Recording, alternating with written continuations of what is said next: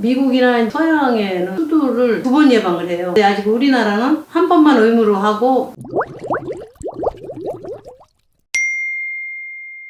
원장님, 오늘 다룰 주제는 유치원에서 이제 초등학교로 입학하는 친구들에게 알려줄 수 있는 육아 꿀팁에 대해서 이야기해 보도록 하겠습니다. 학동기잖아요. 이제 의젓해져가는 그런 나이죠. 떼쓰고 막 마음대로 안 될 때 궁그러대고 뭐 이런 시기가 지나서 꽤 의젓한 이제 국민학교 들어가는 연령이죠. 아이들이 잘하는 데 있어 중요한 발달 포인트가 있어요. 이제 만 6세라 그러면 남한테 의지를 안 해요. 엄마가 이렇게 하라고 그래도 자기의 주장이 분명하게 있고 무조건 하라고 그러면 이렇게 하는 그런 연령은 지나요. 또 자기가 먹고 싶은 거, 먹고 싶지 않은 거가 분명해. 또 엄마 아빠가 이제 큰가 작은가에 따라서 이제 성장도 좀 다를 수 있는데 개개인의 차이가 있지만 그래도 우리 아이가 평균 그 자기 또래들하고 비교했을 때 너무 작거나 너무 크거나 너무 뚱뚱하거나 그 신체 계측에 문제가 있는 거를 빨리 확인해야죠. 이런 거에 대해서 크기만 갖고도 한 번쯤 점검을 할 그런 나이가 됐다고 보죠.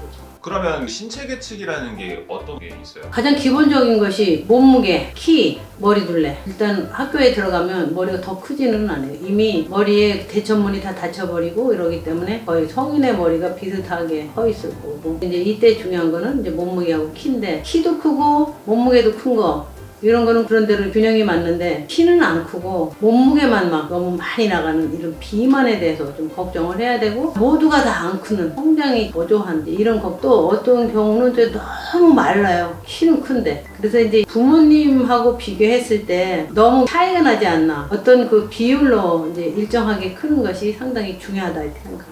아이들이 자라는 시기다 보니까 영양에서 신경을 많이 쓰는데 결핍 또는 과잉에 대해서 어떻게 하면 좋다라는 어린이집까지만 해도 애기들이 자유로 뭐를 사 먹거나 이런 것이 없잖아요. 근데 학교를 가면 학교 주변에 과자라든지 평소에 접해보지 못한 그런 호기심 많은 어떤 음식들이 많이 있잖아요. 뭐 이런 거에 대해서 많이 노출되니까 이때 부모님들은 좀 신경 써야 되죠. 그리고 우리 아이가 먹는 식습관이 정상인지 특히 이제 많은 부모님들이 우유는 음식에 골고루 들어있고 우유를 먹으면 키가 커 이제 이렇게 생각을 해요. 그래서 우유를 아주 마음껏 먹이는 부모님들이 많아요. 근데 우유는 많은 사람들이 막 저지방 우유 하면은 막 완벽한 음식같이 생각하지만 저지방 우유는 지방을 뺐으니까 완전히 탄수화물만 많이 남아요. 물론 단백질 그 중에 있지만 그래도 60% 이상이 탄수화물. 그래서 우유를 물처럼 마신다는 거는 너무너무 위험한 식습관이에요. 그리고 이제 우유를 많이 먹는 사람들의 특징이 씹는 거를 안 먹어요. 그 음식을 씹어서 먹지 않고 그냥 마시고 쉽게 그냥 꿀꺽 삼키는 이제 이런 버릇이 들어있는 사람이 의외로 많아요. 대부분 우유를 즐기는 사람들은 100% 빈혈이 와요. 살은 찌는데 빈혈이 온다고요. 그래서 그게 무슨 얘기인가 하면 우유를 먹으면 철분하고 우유가 붙어서 이렇게 침전이 되면서 철분 흡수를 방해를 해요. 그 다음에 목 주름이 떼를 안 닦아준 것처럼 착색이 되는 거 있죠. 이거를 흑색 가시세포종이라고 그래요. 이거는 벌써 아이가 이미 대사증후군에 들어와 있다는 얘기예요. 탄수화물을 많이 먹고 있다는 얘기예요. 탄수화물을 많이 먹으면 당연히 고지혈증, 나중에 커서 당뇨병, 뭐 이런 성인병이 미리 오는 거예요. 그래서 우리 아이 목이 이상하게 때가 낀 것처럼 특히 겨드랑이도 햇볕도 안 들어오는 겨드랑이를 보니까 목이랑 너무 검다. 이거는 우리 아이가 이미 대사증후군에 와 있다. 심각하다. 이렇게 생각을 해야 돼요. 요즘 초등학교 아이들한테 많이 결핍된 영양소가 뭐예요? 일단 만 6세가 되면 일단 성장 속도가 좀 빨라져요. 피를 만드는 속도보다는 아이가 크는 속도가 많아서 빈혈이 오는지 빈혈이 안 올 것 같은데 빈혈이 생각보다 많아요. 아이들 입장에서 철분이 부족했다라는 게 확인이 되는지 알 수 있을까요? 일단은 우리가 생각에 피가 부족하니까 어지럽지 않을까? 이렇게 생각하지만 그거는 헤모글로빈이 반 이하로 떨어져야 어지럽고 그러지 처음에는 전혀 어지럽지 않고 체중이 잘 안 늘어요. 체중이 잘 안 늘고 잘 때 흠뻑 땀이 젖어요. 물론 이제 덥게 재우지 않았는데도 이렇게 땀이 유난히 난다. 철결핍성, 빈혈 이런 거에 대해서 기본으로 해야지.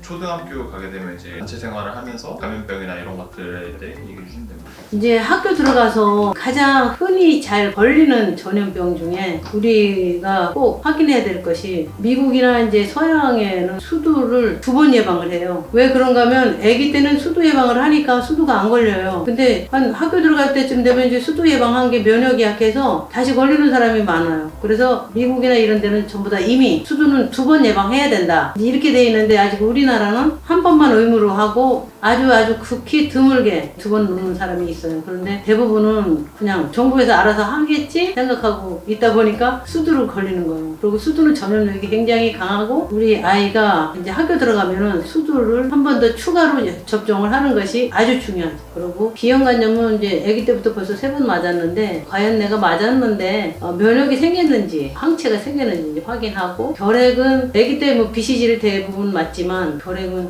걸렸는지 무슨 증세가 없어요. 그러니까 이때 이제 결핵에 대한 제대로 준비가 되어 있는지 확인하는 것이 좋겠죠. 결핵이랑 비형감염 왜 위험한 거예요? 일단 우리나라가 비형간염은 1년 내내 옛날에 있었어요. 지금은 태어나서 뭐 철저하게 예방접종을 해서 거의 없어졌다고 하지만 완전히 없어진 건 아니에요. 예방접종을 했으니까 당연히 나는 보호가 되겠지 했는데 아직도 비형간염 부분자가 생각보다 많아요. 그렇게 하고 결핵은 전혀 본인이 통증을 느끼거나 뭐 이런 게 없어요. 단 잘 때 뭐 식은땀이 흘린다든지 좀 허약해 보이고 이런 거 기침을 한다든지 뭐 이런 것들은 상당히 이제 뒤늦게 나타나고 아프다 소리를 안 하는 게 특징이에요.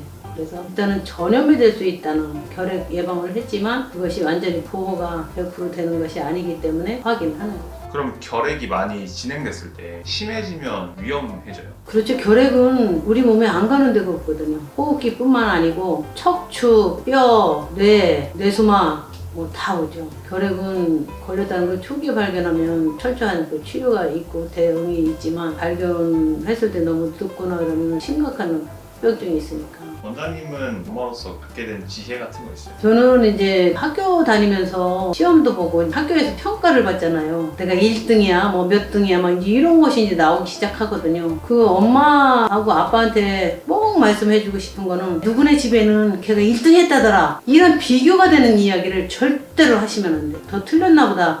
조금 더 이 부분은 공부를 열심히 해야 되겠다. 이렇게 격려를 하지. 아니 그것도 틀렸어? 이렇게 말하는 거는 아주 진짜 기를 죽이는 거예요. 그때 자신감을 꺾어버리면 아이 발달에 치명적인 거예요. 그때 이제 기를 죽여놓으면 뭔가 안 하려고 그래. 앞으로 공부할 날이 창창하잖아요. 거의 평생을 공부를 해야 될 텐데 거기서 벌써 기를 죽여놓으면 나중에 그 공부하는데 많은 지장이 있고. 그리고 이게 여러 사람 앞에서 책을 읽어야 된다든지 평소에 자리에 있던 애가 이때 이제 막 말을 더듬을 수가 있어요. 이때 말 더듬으면 가장 중요한 게 부모님께서 너 다시 따라해봐, 다시 읽어봐, 그런 거 시키면 안 돼요. 이때 만 6세쯤 되면은 얼마든지 이 나이에 있는데 다시 시킨다든지 반복시키면 그 더듬는 것이 아예 습관화가 되고 더 안 없어져요. 왜? 스트레스 때문에.